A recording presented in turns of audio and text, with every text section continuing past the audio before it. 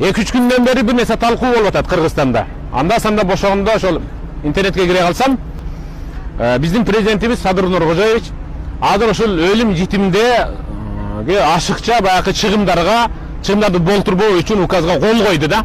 Анан мурдагы жеп көнүп калгандар эми кичине сын пикир айтып атат да. Сөз ушул менен 96 адам колдойт болуш керек деп атам да. Сөзсүз түрдө эт жешибиз үчүн бир тууганыбыз өлүш керекпи? Айтсаңар, өлбөй эле койсунбу? Болду, Кудайга шүгүр.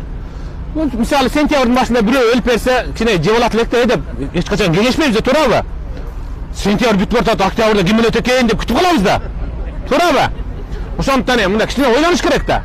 Силер дагы мына умрага келген инсан катары аталар, абалар, койгула мына ысырапкерчилик. Мына карагыла азыр мынакей. Ушунча 96 адамга мына жупулуу гана бир момунда болгон ысык темир термоста аш келди. Мен чынын айтканда курсам жана катып ашты эле. Өзүм эле жеп кое турган болдум эле да мунучу. Ашып калды азыр мисалы мынакей. Көрдүңүзбү? Карасаңыз эми мындай. Инсаф кылсак, топу кылсак бүт баарына жетет. Ушинтип эле отурса болот экен да, туурабы? Сөз түрдө уча тартып, жамбаш тартып, каржылык тартып, тарынбай эле. Болот экен ушинтип. Курсак тойду, Кудайга шүгүр. Алхамдулилlah. Мен ушул учурдан пайдаланып, ошол президентибиз Садыр Нуркожоевичтин ушул указына аяк колдоп атам. Ушул ыйык Мекке шаарында умра кылып жүргөн ушул кыргызстандыктар катары баарыбыз колдойлу, дуа кылалы, жүзөгө ашып кетсин. Алла таалам береке берсин.